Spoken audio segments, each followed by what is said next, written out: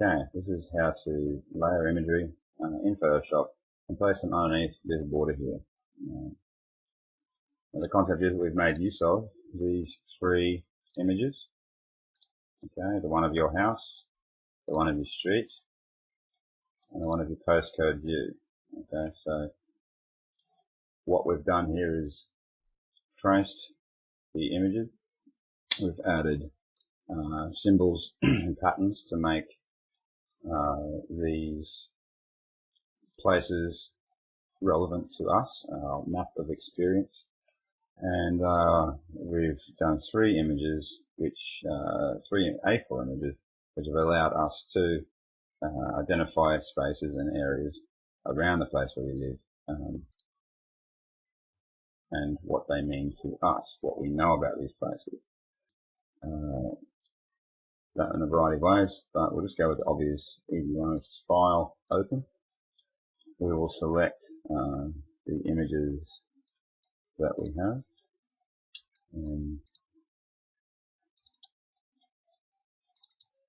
Okay, I was there already. Right.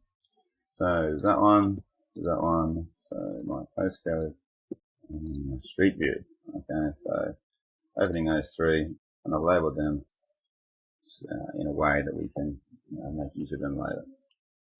So we have, all we're going to do is put these images, all of these images, on top of each other. Okay, and that way we can remove any sections we want, and that's what we intend on showing. So we've got this area here, which is our postcode. Okay, taking that there. Now, because I've scanned it, it's come through in a different way. So I'm going to rotate this image. This is how we rotate an image here. Image rotation. Okay. We want to go counterclockwise. All right. So that we can see the image the right way up. Okay. So there's the river there. There's the river there. Control 0 will allow us to zoom that in, and we can see that. And we can notice, first of all, this one was done in pencil, so it's a bit lighter. This one was done purely in, starting in pencil and then pen and ink. Okay, so I've got areas in here that are significant to my experiences in my house. Then we've also got an area here of my street view. So my house is here, there, and these streets wind around. And all of these little symbols that we can see mean something to me. And it's what I would be able to write about. For example, I've looked at the area in which I live by identifying with a circle. Okay, and in that circle I've included intricate waves and lines. I started to look at like a wave or a fingerprint, and I just sort of went with that. Just this particular, these arrows for me, this is the way that I go. I come home and I work around this way. I go for my run around through here. I had a thought here, this is where the floods came through, so I thought it was interesting to, I don't really know this area, it's very industrial. So each one is our lounge room, where the music is played. These are my housemates' bedrooms, I don't go there. Little things that suggest parts of all of the spaces in which we are. Now, the one thing I've noticed immediately in this one to this one is that this is a bit dark. Sorry, a bit light. I want to make it darker. So, to do that, I can go up to Image, okay, Image Adjustments, and a little friend of mine is this Levels. Levels is a great way to increase the contrast of an image. So by clicking on this, I have my option here where I have my histogram. Okay. Now this is the levels of color that you have. By dragging these little tabs, you're able to move those around. I can make that extraordinarily dark and messy, or I can just sort of find a nice little balancing point. I'm going to say around about there. Have a look at the pretty off, quite light. With the effect added, it's quite dark. Okay, from here I can actually move that around as well. I'm also noticing a little bit of a grey spot down here, kind of coffee or something spilled. So I'm just going to change that so it's all black and white. Okay, so around about there, look, that's what it was, so it is. I think that'll be fine. Yeah, I can have a look at the levels here as well, if I wanted to, just to bring them up.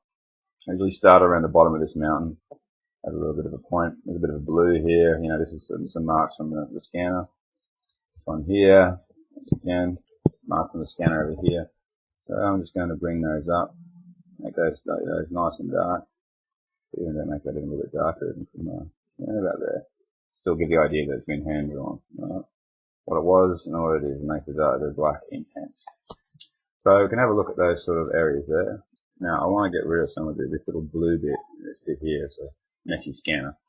So I'm going to image, adjustments again, hue and saturation, okay. Now this will take away all the colour. Right? By changing my hue and saturation, I'll get rid of these areas, or make them not so apparent, by taking this tab and moving that down. You can see it will go grey, instead of, what it was. Bright orange, grey. Saturation takes away the colour. Back here, don't want to get that. Image, adjustments, and notice that it also says Control U, right? Control Hue. Clicking on that allows us to go that way. We can take it away again, lovely. We want to use the hotkey here, Control U, brings up the same thing without having the going the long way. Desaturation takes away that little blue area that was bothering me. Okay. Now I've got our 3 images that we can make use of. So what I want to do is place these 3 images on top of each other. Okay, and we're going to place them underneath here. Now, this is a nice quick way of using a viewfinder, but creating a very interesting image. So I'm going to start with this. This could be done either way, but I'm going to start with this view as my base coat. And over here on our layers, we can see it has our background. Okay, it's locked here, so nothing can be edited. And if you want to make that editable, you just double click on the little lock, back to normal. That's called layer 1. I like to name my layers, so I'm going to actually call this one 4101, which is my postcode. Now I'm going to take this one, alright, my street view, and I'm going to take part of this layer. I'm going to say layer. I'm going to select it all. Select all. Alright. Edit, copy. And then go back to 4101, which is this one, and then paste it on top. Alright, it fits because I've done them all A4, and yours should be the same as well. It should be an A4 page, and it will fit on top. I can change the visibility by turning that off. There's my layer as it exists. Put it back, and there it is again. Okay. I can now double click this, and I'm going to call this street. Alright. Go back to house. Alright. I'm going to take this one. I can select all, or in this place I can press Control A. It does the same thing. You'll see the selection come up. Little marching ants. Control C or edit copy. Okay, I like hotkeys, so Control C, go back over here to this one, Control V, and once again it sticks up. So over here we have the house sitting on top of each other. Alright, just like over here, we've got the house, street, postcode, and then we can come over here and we've got this one here, we've got our layers that are right here. So all we want to do now is actually make these invisible. So the white will be see-through and we can see the lines and we can make those adjustments. So by clicking up here we have our blending modes and our opacities. If I was just to do the opacity, it actually makes it see-through, but you can see that it lightens also the black. And what if I want to keep the black as intense so I can see through that? Well, we just go to a blending mode. So opacity will take it all the way away and you can be nice and faint.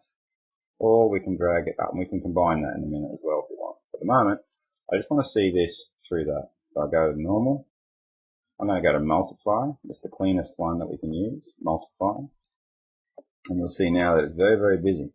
So there's my house. Alright. Still over here.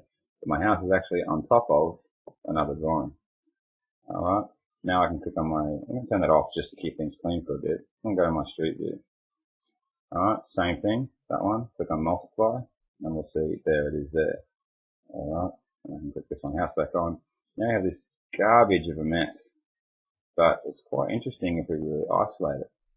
Okay, so what I really want to do now is actually take that section. I'm going to crop that whole section that exists there. But because I've got 3 layers, I have to do something else first. Okay, I have to select all of them. I'm going to flatten the image so it is all one picture. I can either undo this, which I'll make sure that I do, but I can make this image flattened. So up here, on the layers panel, there's a little drop menu here. Okay, just in that top right corner, 3 little lines on the drop menu. Click on that and you'll see the option to say flatten image. Okay, you can also press Control E, which is hotkeys, but in this case, flatten the image and you'll see it all goes to one image and that lock reappears. Click on the lock, get rid of it. Now I'm going to select all. Alright, so now I've got that whole image selected. I'm going to edit, copy. I'm going to go over into my border image over here. This border image, I want to put it underneath. So those grey and white squares are making reference to the fact that it's transparent. So Control Edit, Paste, or Control V, and puts it over the top. View, select View, and then go to Extras. Okay, and that will take away those. If you want to see the middle again, because as you can see, it was connecting to it. You can go to View and then Extras, and it'll come back. And you can see it sort of, when it goes pink, it's suggesting that the center of the image is in the center. So I don't want it. I'm going to turn it off. Extras. And now, what I want to do is actually move this image around. I want to rotate it. Okay. So Edit, Transform. All right, gives us an option of, what I want to do, but I just want to free transform, so I have the options. Okay, by clicking on that image there, you'll see that the whole image is now able to be transformed. So I can drag that around whichever way I want. I'm going to put it up ways like this. Okay, if I hold Shift as I do that, it does it at angles. You can see it, it's got a snap to it. So I'm going to place that over the image there, and I'm going to drag it underneath this, commit the change, box goes away. Take this layer, drag it underneath, alright, and you'll see now that your image is a black border and it's isolated. So it's all of your experiences of that area all wrapped into one. It doesn't so much become a map anymore, it becomes a very detailed image. So if you want to, you can actually change the color of this shape. So if you double click on the shape box here where the little hand is, you'll see it comes up with an option of color. You could choose this to go around. Now that can be any color that you want it to be. You'll see the current color there. Move that around, and you can see how that changes and affects the whole image. You might want them all to be a certain, a certain type of gray instead of black.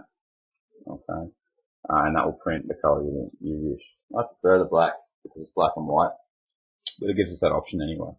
So now we can say OK, and then we've got our, that's our layer there.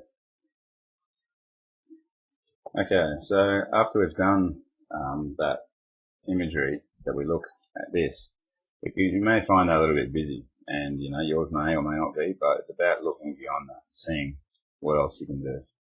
Under our sketch layer, I've changed the file type. I've actually file save as and call it something that's relative, but change it to a PSD file. Okay, that'll keep all the layers that you have. Alright. Saving that file allows us to still have accessibility to all of these images, these layered images, but also the originals over here. Here's our house, here is our street view, and here is our original unedited postcode area. So remember back here we did a couple of things, but all the originals are there. So what I might want to do is realize that's a little bit busy. So I'm going to move, first of all, this street view out. Okay, it's going to take this away and then maybe move it up over there. It's going to give me a little bit of a room to maybe put this, oops, undo as your friend, move him over. Okay, maybe I want to move this house so it's that way. There's a little coffee cup in the place where I sit all the time, so I'm actually going to add that. Click on that one, Control T, okay, or Edit, Free Transform. That's what opens up these boxes again. Shift, moving that around. Okay, and I'm going to place that over in the corner here. Now it's a bit big, so I'm going to actually change the size of that. So move that down. If I click this little link up here with transform selected, I won't distort the image too much. Click on this, and then I can drag that, and you see it keeps ratio. if I didn't have that ticked, okay, I could actually make it go wider and narrower and those sort of things. But I don't want to do that. I want to keep it correct and nice and neat. So I'm going to move that there a little bit more so that I can actually fit it in there. You can see now I've got that there. If I use my arrow keys, I can actually nudge it. Alright, so arrow keys nudge, just little bits, pixel by pixel. Okay. If I hold this on the outside of the box, I can also actually rotate that around individually. So now I also want that just maybe a little bit smaller, just to get that in there. Okay, so now it's actually joining onto the edge of the river over there, which I like. Move that down a little bit. Okay, now I've got my image. I'm going to choose the commit button up there. That now makes that change. It's smaller, but it's still there. I'll click on my postcode again, drag this over, and it doesn't fit quite so well over here, so I'm going to rotate that. Control T allows me to rotate. I'm going to spin that around, move him over, and have a look. Now, as I'm doing this, I can sort of see that these little points here are starting to connect. I like those little accidents sometimes. Yeah, they're sort of bumping up against there, and that's there. So sort of play around with that as a thing. The river is actually connected into the river, and I sort of like that. The arrow points, at the house, and if I really wanted to be fancy, I could do a lot of things. But for now, that sort of works for me. All right, that sort of works. So I'm going to click this change here. Purely up to you, just a little tip. Now, with it flattened, I go to select all, click on matching ants, edit, copy, go over to my border, and then I'm going to turn this one off just to begin with. I'm going to go edit, paste, and we'll see once again it's there. Now we want to choose our arrow so we can move it around. It's underneath that border there. So I'm going to just, for the purpose of it, I'm going to drag that up over the top. I'm going to say edit, transform, free transform, or control T, drag that around, okay, holding shift, keeps me in, nice angles, nice sharp angles instead of like all freebie, nice sharp angles, okay. Now I'm going to place him on it. First of all, I have to commit, place him underneath that border. I'm going to watch that it moves that way. So now, if I were to drag this up, I can sort of see different effects that's going to happen. I quite like this little bit spilling out over here. Alright, didn't know it was going to happen. But now I've got this area down, and I find that a little bit nicer. I'll go over this way. Oh, that's not bad too. No, I'm going to stay with this one. And that's just a selection process as you're working along. So now I've got a little cup, little chair down here, which is somewhere I'm always at my house. This little river working kind of comes in there. Nice one. File. Save as. And then we just make sure we save this as a JPEG. Okay, we're going to call it, and I've already done this a couple of times playing around before we did it. So I'm going to call this number 3. Alright, 4101. 6 save. Alright, I'll give us the option. I usually I like to do 10 maximum. It's not quite maximum, I believe it goes up even higher up to, look at that, that's 12. But I don't think it's necessary. 10 gives us a nice 1.6 megabyte file. I click OK. And then now I've got that extra file. Alright. So if I was to click this arrow off and turn this one on, the busy one again, file, save as, okay, click on PSD, call it a JPEG, and I'll call it as this one, okay, so this one, number 2 for 101, save, and I'll replacing this, yes, but same thing comes up, 10 maximum, okay, so there we go, that's how we have a digital viewfinder, and if we go back to our table here, we've got, there's the first one, okay, oops, there's the second one, the busy one that we've done, sorry, and there's the edited one, the one that we took back, okay. You can see I did another one over here where I played around with the options, and that one's different to that one, but at the same token, very simple to get different outcomes very fast. This one's a bit busy, so we reflect and we edit a little, and there we go, we have ourselves a little digital formatted viewfinder using 3 different images that you created by hand that originally existed as Google Maps that are now your own map of experience. And in essence, these can be pages in your artist book. Have fun.